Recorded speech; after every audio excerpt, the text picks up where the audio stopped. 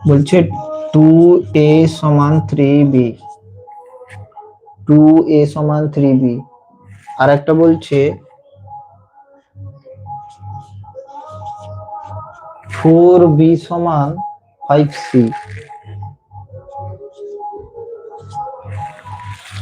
2a সমান 3b আর 4b সমান 5c। তো এক্ষেত্রে abc এর অনুপাত কি হবে?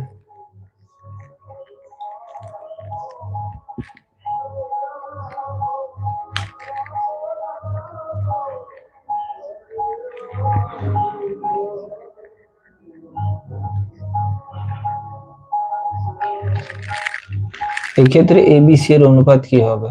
তো এখানে তো AB BC এর অনুপাত তো দেওয়া নেই, তো আমাকে বের করে নিতে হবে। আচ্ছা, আমরা এটাকে এইভাবে করতে পারি না? B যদি এখানে আসে বাই B হয়ে যাবে, আর 2 সেখানে গেলে বাই 2 হয়ে যাবে। B গুণ ছিল এখানে এলে ভাগ হয়ে নিচে বসে গেল, সেম 2 গুণ ছিল এখানে গিয়ে ভাগ হয়ে নিচে বসে গেল।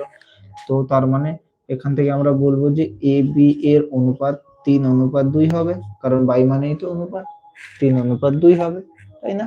তো এটা আমরা তাহলে এটা তোমরা শর্ট ফর্মে মনেও রাখবে যে যার পাশে যেটা গুণ আছে সেটা হবে বি এর অনুপাত, আর বি এর সাথে যেটা গুণ আছে সেটা হবে এ এর অনুপাত। এটা শর্টে তোমরা মনেও রাখবে। তাহলে a:b কত হলো? 3:2 হলো।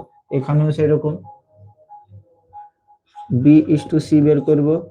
তো c এর সাথে 5 গুণ আছে মানে সেটা হয়ে যাবে b, আর b এর সাথে 4 গুণ হয়ে যাবে সেটা আছে c এর মান।